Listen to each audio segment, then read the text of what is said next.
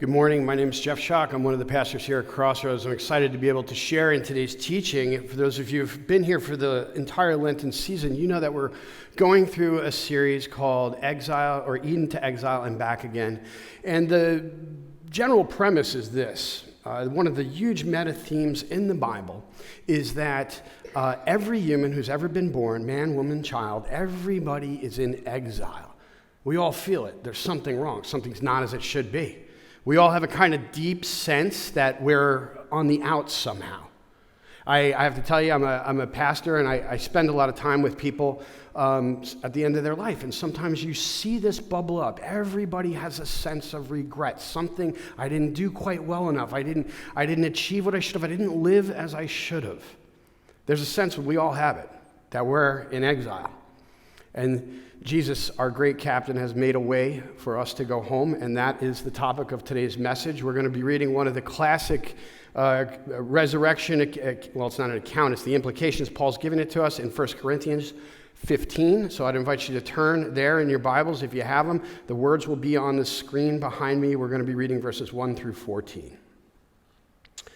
Now, brothers and sisters, I want to remind you of the gospel I preached to you, which you received and on which you have taken your stand. By this gospel you are saved if you hold firmly to the word I preached to you. Otherwise you have believed in vain. For what I received I passed on to you as of first importance, that Christ died for our sins according to the Scriptures, that he was buried, that he was raised on the third day according to the Scriptures, and that he appeared to Cephas, and then to the 12. After that, he appeared to more than 500 of the brothers and sisters at the same time, most of whom are still living, though some have fallen asleep. Then he appeared to James, then to all the apostles, and last of all, he appeared to me also, as to one abnormally born. For I am the least of these apostles, and do not even deserve to be called an apostle, because I persecuted the church of God. But by the grace of God, I am what I am, and his grace to me was not without effect. No, I worked harder than all of them, yet not I, but the grace of God that was with me. Whether then it is I or they, this is what we preach, and this is what you believed. If it is preached that Christ has been raised from the dead, how can some of you say that there is no resurrection of the dead?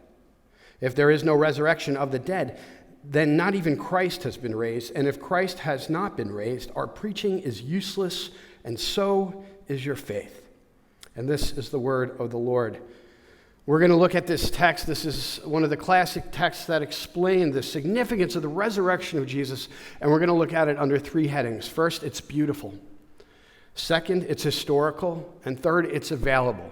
So it is beautiful, it is historical, it is available. First, it's beautiful. There is a modern view of religion, and religion in general, and this might square with your experience. You might recognize this sentiment in yourself or people you know, where religion is basically a business, right? It's a money-making scheme. It's a crutch for people who may be afraid to die. And there's a general skepticism. I think in our modern, individualistic, Western mindset, there's a pervasive skepticism about religion.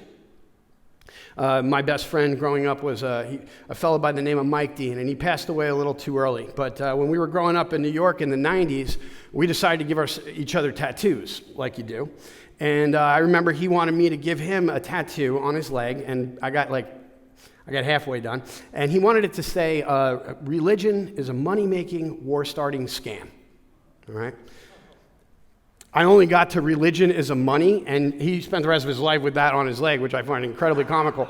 But nevertheless, Marx said religion is the opium of the masses, that it's a tool, it's used to oppress, it's used to placate.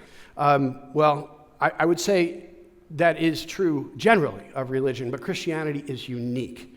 And that is my first point. Christianity is not like any other philosophy, any other paradigm, any other religion that's ever existed. In fact, Timothy Keller, the late Timothy Keller, said it like this. Marx said religion is the opium of the masses. Keller said, appropriately, Christianity is the smelling salts of the masses. It wakes you up. And the story of every religion is basically the same if you're looking at them and being very general. The premise is this: there's moral principles, there's edicts, there's rules to uphold. And if you do a good job upholding the rules, upholding the morals, upholding the edicts, then you're going to be blessed. And if you don't, if you mess up along the way, there's going to be curses associated with that. This is the philosophical notion of double retribution, right? You do good, good follows. If you do bad, there's going to be comeuppance. Christianity is fundamentally different than that. And we have to explore this morning why it's different than that, because here's the deal. If your faith looks like something that you try to earn and deserve, one of two things will happen. On the one hand, you may be acutely aware of the fact that you've never been able to really uphold the statutes. Maybe you had a good day, maybe you had a good morning, but eventually you're going to find that balancing those plates is something that it's going to be impossible to do with any kind of consistency. And so you're going to be downtrodden. You're going to think, oh my gosh, I did it again. Well, I can't keep your word. I can't follow your commands. And you're going to be chronically depressed and anxious. Which is not as bad as fooling yourself into thinking that you have kept all the rules. Or like, oh, look at me. I got a really big Bible with a bunch of Post-it notes in it, and I go to church 5 times a week, and so I'm good. And then you'll become insufferable, and nobody's going to want to be around you. You'll tend to look down your nose at other people, and I could make the case that the kind of pride and hubris that comes with that is one of the reasons that you've got evil and oppression in the world on the scale you see. Because you have some people that look across the aisle, look across the pond, look across town at another group and think, oh, they're not doing it as well as me. And then it's a really slippery slope from marginalizing people to oppressing people. And so Christianity is unique. It's unique, and it's unique, and we see it right here in verse 2. By this gospel you are saved. This word gospel is a word that means good news. And I want to look at the gospel for a moment because it is foundational for understanding the resurrection and its implications.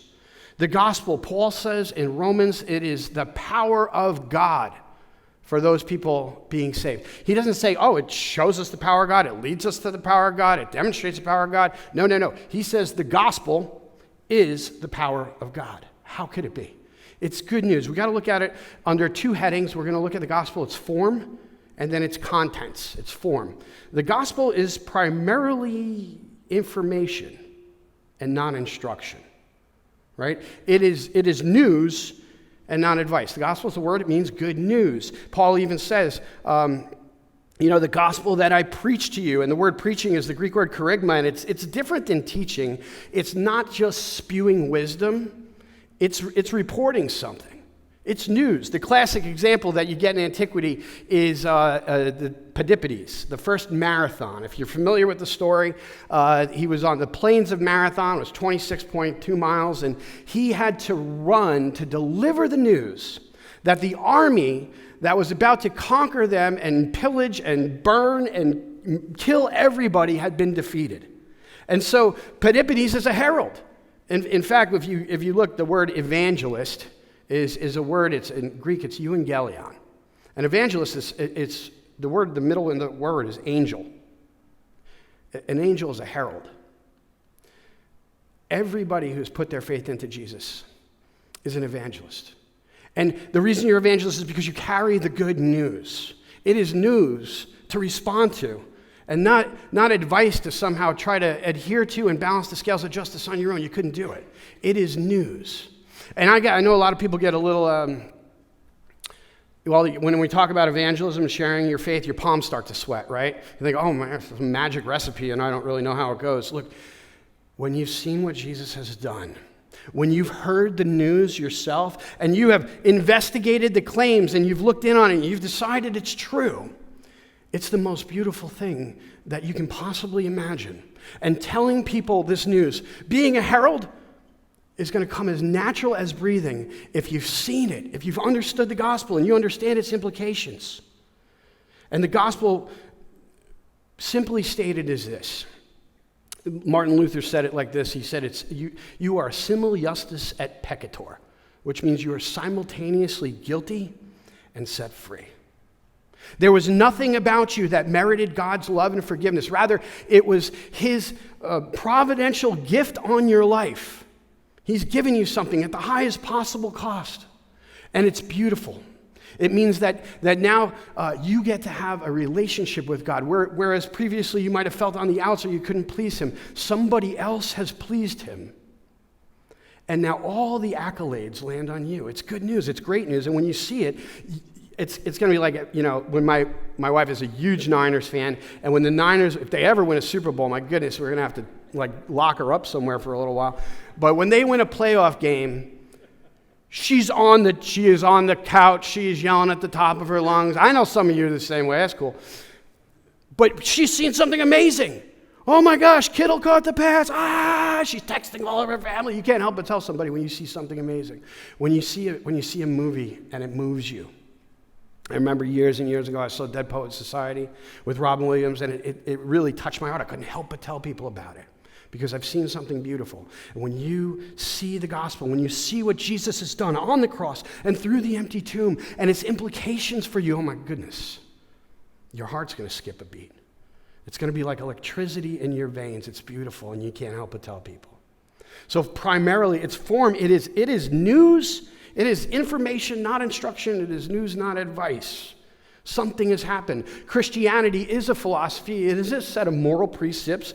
It's a way of life. It is not less than that. It is far more than that. And principally, it is the good news about Jesus.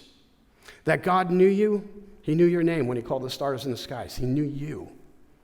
And he knew everything you would ever do that would be at variance to his will. But his love for you was so profound that he gave the thing that was the most precious to him to make a way for you to go home.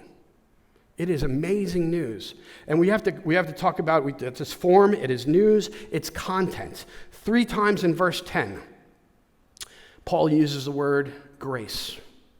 He says, but by the grace of God, I am what I am, and his grace to me was not without effect. Now I worked harder than all of them, yet not I, but the grace of God that was with me.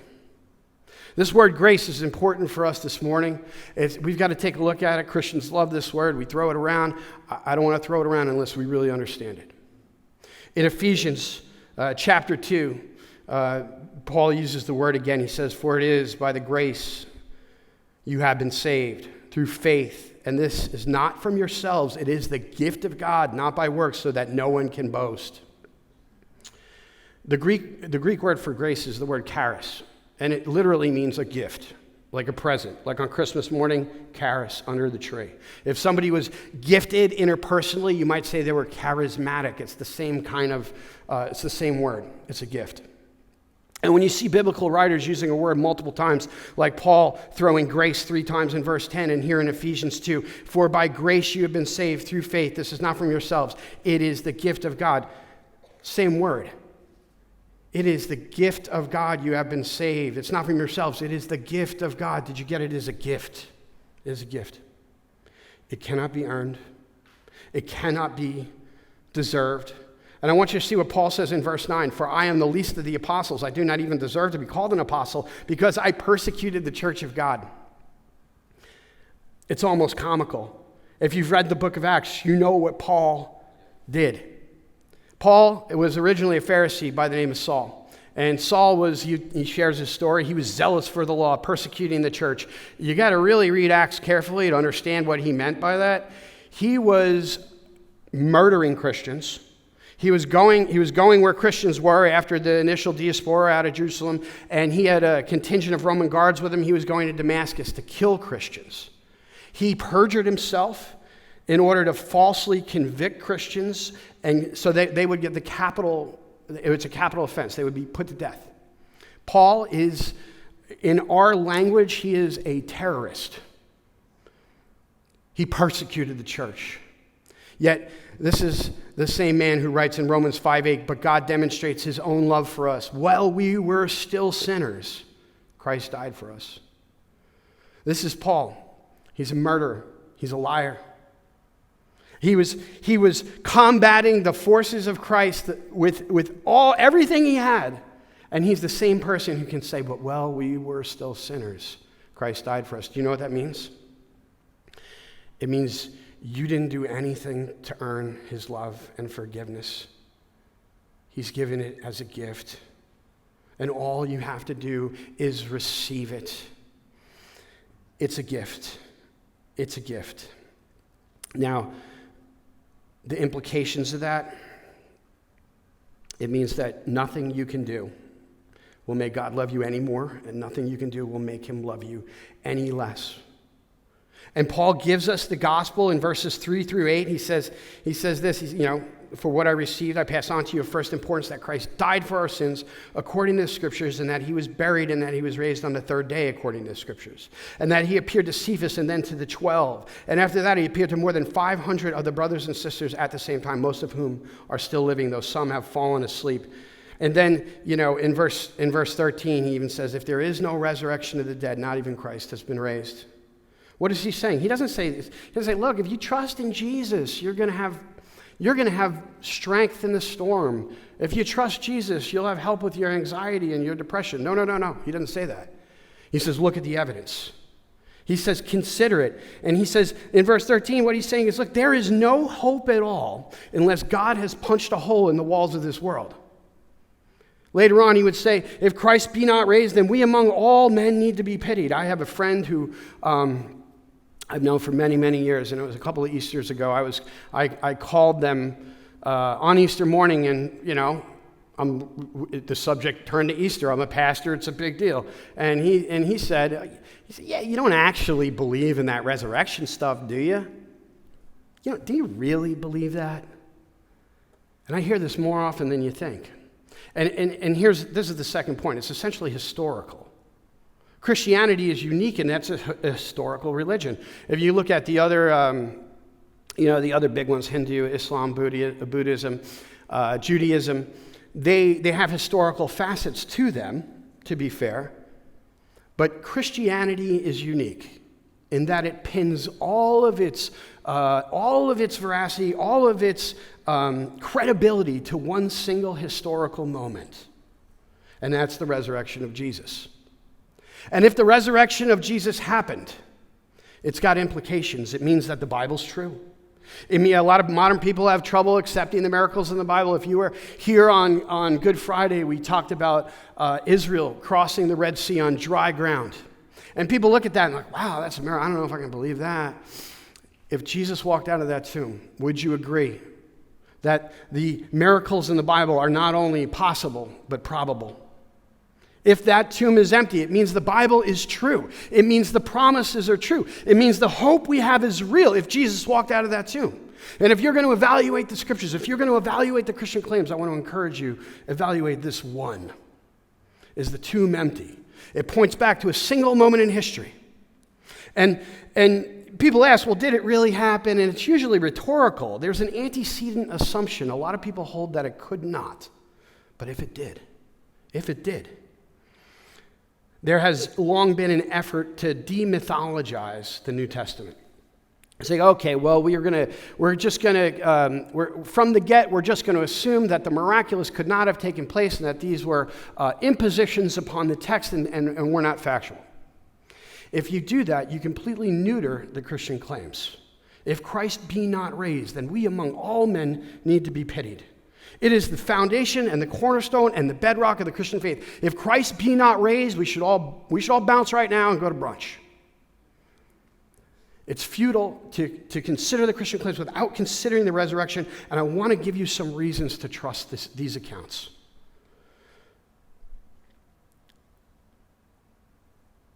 Folks have a hard time believing this, but look, there are a lot of good reasons to believe. As I came at the Bible as an atheist many, many years ago, and I'm going to give you just a handful of the reasons that I believe this, because I came at it completely skeptical. My dad's a scientist. There was nothing in me that thought that, ingrained, that made this feel even remotely possible. But as I began investigating the Christian claims, I discovered that there were rationales that not only made it possible, but probable. And when you consider the totality of some of these reasons, it certainly makes it seem like the resurrection is the best possible example for a number of historical eventualities. First, I want to talk to you about the martyrdom of the apostles. All of the apostles, here you got Jesus, and he goes to the cross, and his apostles abandon him. Jesus denies him 3 times, Peter denies him 3 times. Judas betrays him. They're scattered.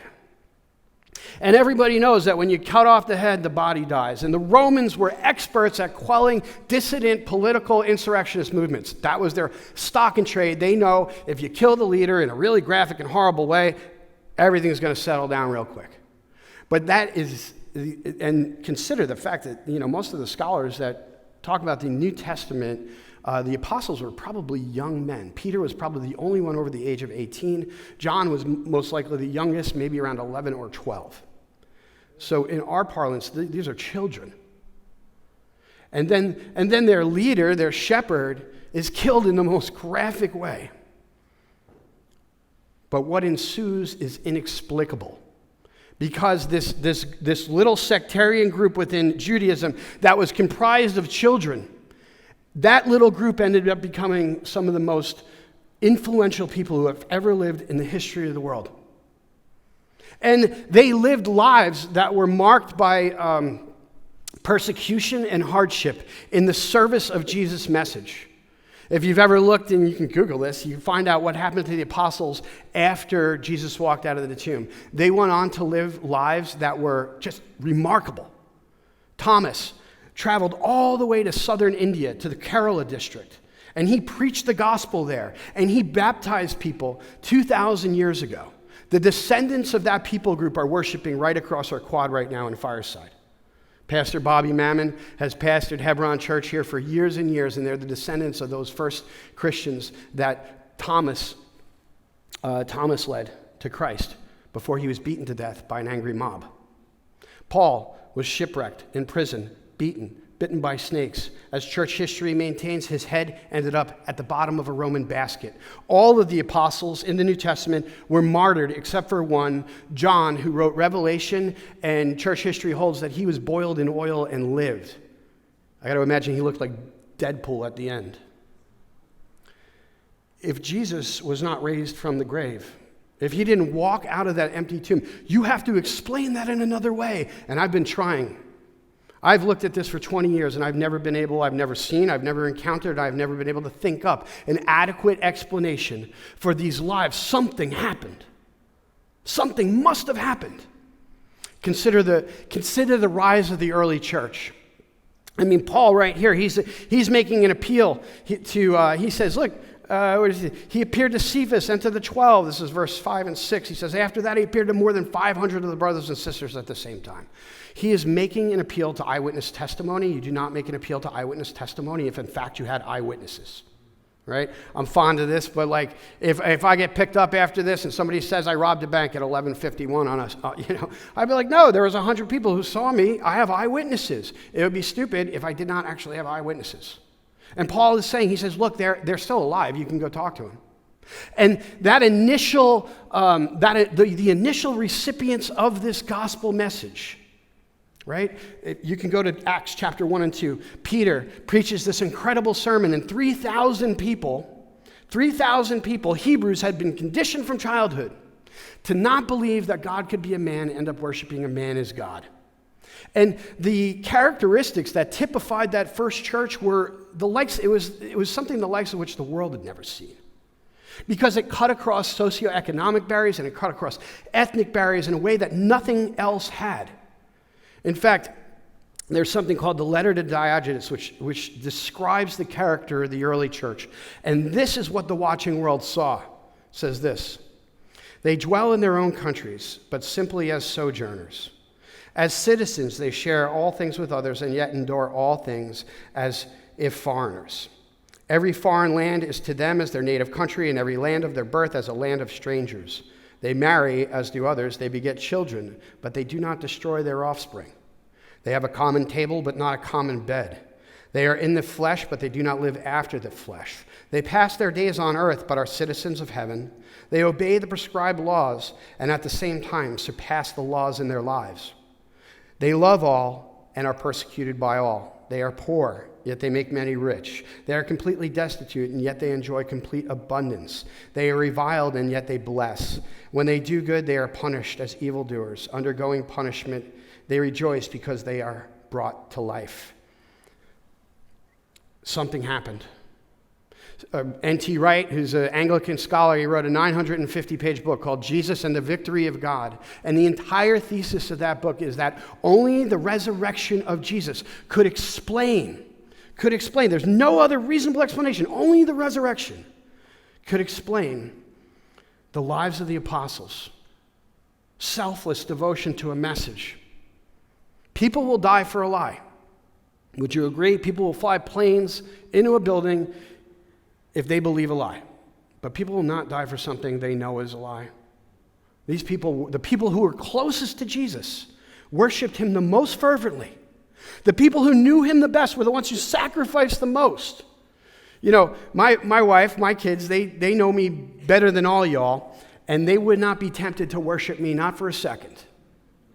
But the people who knew Jesus the most were the most devoted, were the most worshipful, were the most reverent. You've got to explain that. And then you have the conversion of Saul. That young Pharisee of Pharisees, zealous for the law. He's persecuting the church. He's on his road to Damascus. When they killed the first Christian martyr, Stephen, they folded up their garments and they laid it at the foot of a young Pharisee named Saul. And that Saul had been given a contingent of guards to go to Damascus to kill Christians. And the resurrected Lord Jesus, Saul gets knocked off his horse, he's struck blind, and he hears, "Why, Saul, Saul, why do you persecute me?" And then Saul ends up throwing in with this dissident group of sectarians. He was on a management track. He had everything to lose. Yet he ends up kind of signing his own death sentence because something happened on that road. I've been thinking about it for a long time, and I've never been able to think up a good enough alternative explanation. It must have happened. Now, the final thing I'll give you is the style of writing that the gospel narratives are in. This is a style of writing that if it were a fictional account written to get a religious movement off the ground, this style of writing would not exist for thousands of years. There's really only one alternative. It's that it's actual eyewitness reporting. And let me just explain that real briefly. There's a style of writing, this is the stuff that we read when we read fiction. It's called modern novelistic realistic fiction. This is fictional writing that is replete with detail. It kind of mimics eyewitness account. This is Harry Potter, Francine Rivers, whatever you're into. He walked into the room, the doorknob was shiny, he had lint on his shoulder, there's a lot of detail. That style of writing would not exist until the Middle Ages.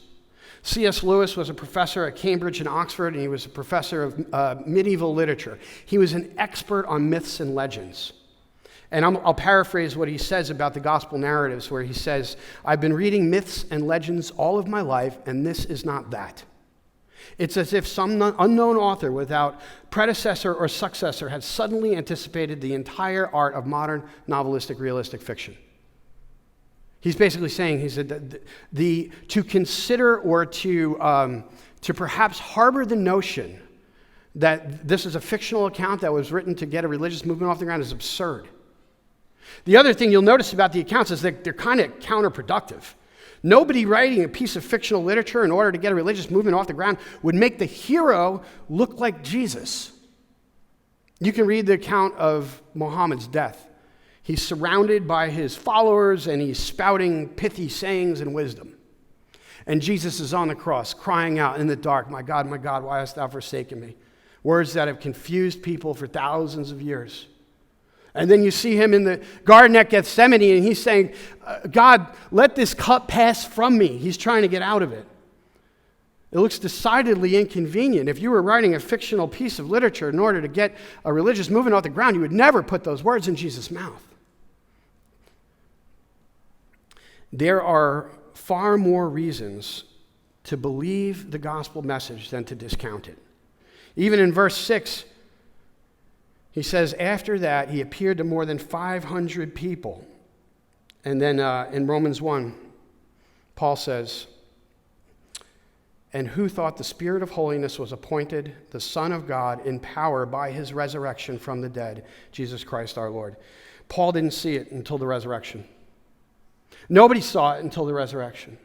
The apostles, if you read the gospel narratives, they're like, who is this man that he has power over the waves? They had no idea. Nobody saw it until the resurrection. Something had to happen. There's no other explanation for the events of history, the lives of Jesus' followers, his disciples, the conversion of Saul, the style of writing it's in.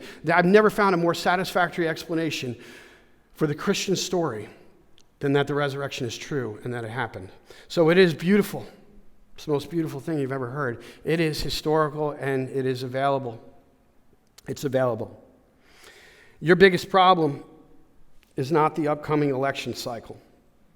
Your biggest problem is not tax day. Your biggest problem is that you're sitting on a ball of rock that's hurtling through space at 30,000 miles an hour around a nuclear explosion. And one day a trapdoor is going to open under every single one of us, and the only thing there is the arms of Jesus. That's your biggest problem. If all of human history were like the 101 freeway all the way to LA, that seat cushion you're sitting on would represent your life. Ecclesiastes says that your life is just a vapor. And there's a kind of modern sentimentality around death that we have to be hip to. We talked about it last week, the Lion King, Mufasa. He said, well, it's just you're going to die and turn into fertilizer, and the antelope's going to eat the fertilizer, and then they'll die and turn into fertilizer. See, it's just a circle of life. Isn't that all right? I tell you what, Mary Elizabeth Fry has written a poem that I hear oftentimes at the funerals of people who do not believe. And this is what she says. Do not stand at my grave and weep. I am not there. I do not sleep. I'm 1,000 winds that blow. I am the diamond glints on snow. I am the sunlight on ripened grain. I am the gentle autumn rain. When you awaken in the morning's hush, I am still uplifting. I'm the swift uplifting rush of quiet birds in circled flight. I am the soft stars that shine at night. Do not stand at my grave and cry. I am not there. I did not die. And this is the modern view of death. It's really no big deal. It's just a circle of life. I'm not there. I didn't die. This is basically Buddhism reimagined for a modern, individualistic Western society. There's a traditional view of death, and this might sound familiar. I like this one. Dylan Thomas, he says, do not go gentle into that good night. Old age should burn and rave at close of day. Rage, rage against the dying of the light. So there's kind of two responses we have to our own mortality. One is to dismiss it out of hand. It's just a circle of life. You're just fertilizer. It's fine. And the other one is to rage against it. There is, however, a third way. The Christian view of death. We hate it. Jesus hated it. When he goes to the tomb of his friend Lazarus, and it says in the text, it says he was greatly disturbed. That word in Greek is he bellowed with anger. Jesus looked at death, and he looked it in the eyes, and he hated it. And so do we. But we don't fear it. We don't fear it. Look what George Herbert said. He said, death used to be an executioner, but the gospel has made him just a gardener. And then Dietrich Bonhoeffer, who is a German theologian who, through the strength of his convictions as a Jesus follower, stood up to the Nazis, and he gave his life in the service of that cause. He was executed in a concentration camp, and this is what he said. He said, death is the supreme festival on the road to freedom. If you believe the resurrection story, it means that the Bible is true. It means that the hope that Christians have had for thousands of years is real. And it means that Jesus Christ has kicked a hole in the pitiless walls of this world, and he has made a way for us to go home because he loves you. And God's love is perfect. And I'll say this because we're Western individualists. But because his love is perfect, if you were the only person who would ever call on his name, he still would have done it just for you. He loves you that much. Now, we have to at least ask one more question, and it's this. How do you become a Christian? It's different than all the other faith traditions that ever existed. It's different in that they prescribe a course of action. You're going to have to jump through some hoops. You're going to have to attain a certain standard. But this is completely different. If you were here for Good Friday, you know that we looked at Israel's crossing of the Red Sea and how that's emblematic for the Christian life. And if you're familiar with the story at all, or if you've seen The Prince of Egypt, you know how it goes. The Israelites were set free, and then all of a sudden Pharaoh changed his mind, and now he's pursuing them. And he sent out the most ascendant military power in the world after this ragtag group of desert nomads who'd been enslaved for 100 years. And they are with their backs against the Red Sea with this horde approaching. And their fate is fairly certain at this point. It's death. They're going to get killed. The chariots and the armies, they don't stand a chance. And they are literally between a rock and a hard place. Their back is right up against the wall. They're going to die. And then God does something amazing. He parts the waters. And they walk through on dry ground. On one side, they were under the shadow of death. And the minute they crossed over, they were saved. That's what's unique about Christianity. Paul says in Romans that if you believe in your heart and you confess with your mouth that Jesus is Lord and that he is raised from the dead, that you have what we'll call a saving faith. That your faith in Jesus is actually counted to you as righteousness. Righteousness. That word is, in Greek, it's dikaiosune, but the corollary in Hebrew is shalom. And shalom means a number of things, but it means peace. It means you have peace with God because your faith in Jesus, because you've believed the claims. He walked out of that tomb, he conquered death, and he paid the price of your sins. And you'll never be the same. In Hebrews 12, the writer says this. He says, therefore, since we are surrounded by so great a cloud of witnesses, let us lay aside every weight and sin which clings so closely, and let us run with endurance the race that is set before us, looking to Jesus, the founder and perfecter of our faith, who for the joy that was set before him endured the cross, despising the shame, and is seated at the right hand of the throne of God. Why did Jesus endure the cross? For the joy that was set before him. What was the joy that was set before him? It was you. It was you. You were the thing he did not want to face eternity without. You were the thing that was immeasurably valuable to him. And the only thing you need to do to enter into a relationship with him is put your trust in him. To believe the claims and put your trust in him for this life and the next. I was a 25-year-old ex-Marine, an atheist and a skeptic, and I was sitting in a church service a lot like this one. I walked in a skeptic, and then I prayed the first prayer of my adult life. I said, Jesus, are you there? And in a moment, I knew he was. And that moment changed the trajectory of my life.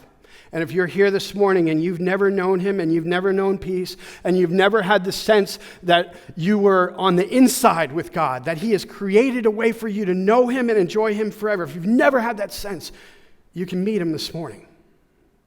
You just have to cross over.